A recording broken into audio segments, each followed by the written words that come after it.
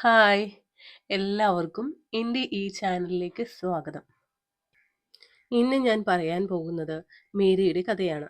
ലോകം മുഴുവൻ കേൾക്കാൻ കൊതിച്ച സംഗീതം വായിച്ചിരുന്ന ഒരു പെൺകുട്ടി. പക്ഷേ ഒരു പരാജയം അവളെ തകർത്തു. അവളുടെ പിയാനോയ്ക്ക് മുകളിൽ ഇന്ന് മൊത്തമായി പൊടി പിടിച്ചിരിക്കുന്നു. അവൾക്ക് പിയാനോയുടെ കീബോർഡിൽ തൊടാൻ പോലും ഭയമാണ്. പക്ഷേ ഒരു തകർന്ന തടിപ്പാലത്തിനപ്പുറം മീരയെ കാത്തിരുന്നത് എന്തായിരുന്നു? തോറ്റുപോകുന്ന ഓരോരുത്തരും കേട്ടിരിക്കേണ്ട ആ വലിയ പാഠം എന്താണ്? ആദ്യത്തെ ചുവടുവെക്കാൻ മടിക്കുന്നവർക്കുള്ള ഉത്തരമാണ് ഈ കഥ. ഒരു കാലത്ത് സംഗീതമായിരുന്നു മീരയുടെ ലോകം. അവൾ പിയാനോ വായിക്കുമ്പോൾ കേൾവിക്കാർ മയങ്ങിപ്പോകുമായിരുന്നു. പക്ഷേ ഒരു വർഷം മുമ്പ് നടന്ന ആ വലിയ റിയാലിറ്റി ഷോയിലെ പരാജയം അവളെ തകർത്തു.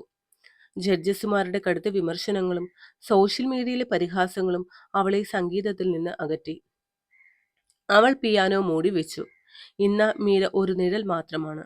അവൾക്ക് പിയാനോയുടെ മുന്നിൽ ഇരിക്കാൻ പോലും ഭയമാണ്. അവൾ സ്വയം മന്ത്രിച്ചു, എനിക്കിനി കഴിയില്ല, ഞാനൊരു പരാജയമാണ്. പ്രൊഫസർ ഇമ്മാനുവലിന്റെ പിയാനോ വായന പാർക്കിലെ ബഹളങ്ങൾക്കിടയിലും വേറിട്ടു നിന്നു. മീര ആ സംഗീതത്തിൽ ലയിച്ചു. വായന നിർത്തിയപ്പോൾ അവൾ അദ്ദേഹത്തിന്റെ അരികിലെത്തി. നിങ്ങളുടെ സംഗീതം അത് അതിമനോഹരമാണ്. പക്ഷെ നിങ്ങൾക്കൊരിക്കലും പരാജയത്തെ ഭയപ്പെട്ടിട്ടില്ല, മീര ചോദിച്ചു. പ്രൊഫസർ ചിരിച്ചു. പരാജയമോ? പരാജയം എൻ്റെ ഏറ്റവും വലിയ സുഹൃത്താണ്. അതെന്നെ കൂടുതൽ പഠിപ്പിച്ചു. പക്ഷേ ഞാൻ ഒരു വലിയ പരാജയമാണ്. മീര തന്റെ കഥ പറഞ്ഞു. പ്രൊഫസർ അവളെ ഒരു പഴയ തകർന്ന തടിപ്പാലത്തിന് അരികിലേക്ക് കൊണ്ടുപോയി. മീര, ഈ പാലം നോക്കൂ, അത് തകർന്നിരിക്കുന്നു. ഇതിലൂടെ അപ്പുറത്തെത്താൻ എത്ര ചുവടുകൾ വെക്കണം?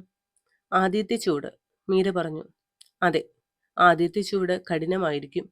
കാരണം നീ തകർന്ന പാലത്തെയാണ് നോക്കുന്നത്, അപ്പുറത്തെത്താനുള്ള വഴിയല്ല, പ്രൊഫസർ പറഞ്ഞു.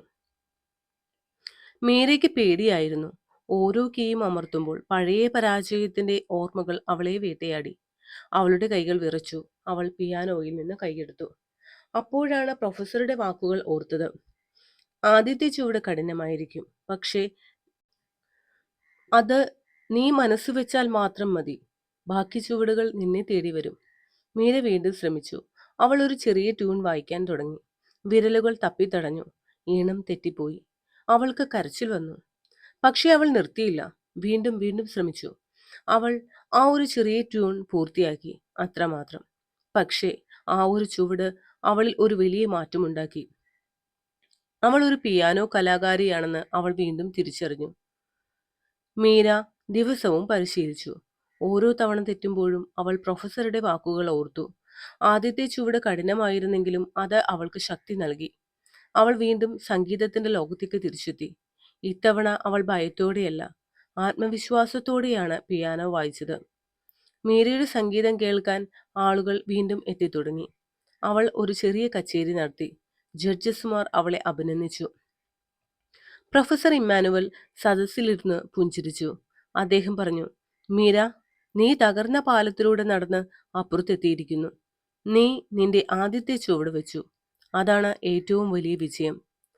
സുഹൃത്തുക്കളെ, നമ്മുടെ ജീവിതത്തിലെ മീരയെ പോലെ തകർന്ന പാലങ്ങൾ കണ്ടേക്കാം. പുതിയ എന്തെങ്കിലും തുടങ്ങാൻ ഭയമുണ്ടാകാം.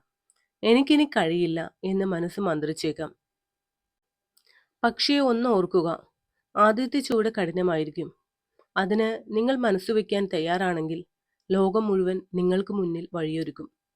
പരാജയങ്ങളെ ഭയപ്പെടാതെ ആദ്യത്തെ ചുവട് വയ്ക്കൂ. നിങ്ങൾക്കുള്ളിൽ ഒരു വലിയ കലാകാരനോ ശാസ്ത്രജ്ഞനോ എഴുത്തുകാരനോ ഒളിഞ്ഞിരിപ്പുണ്ട്. അവനെ പുറത്തു കൊണ്ടുവരും. നിങ്ങളുടെ ആദ്യത്തെ ചുവട് മാത്രം വയ്ക്കൂ. വിജയം നിങ്ങളെ തന്നെ തേടിയെത്തും.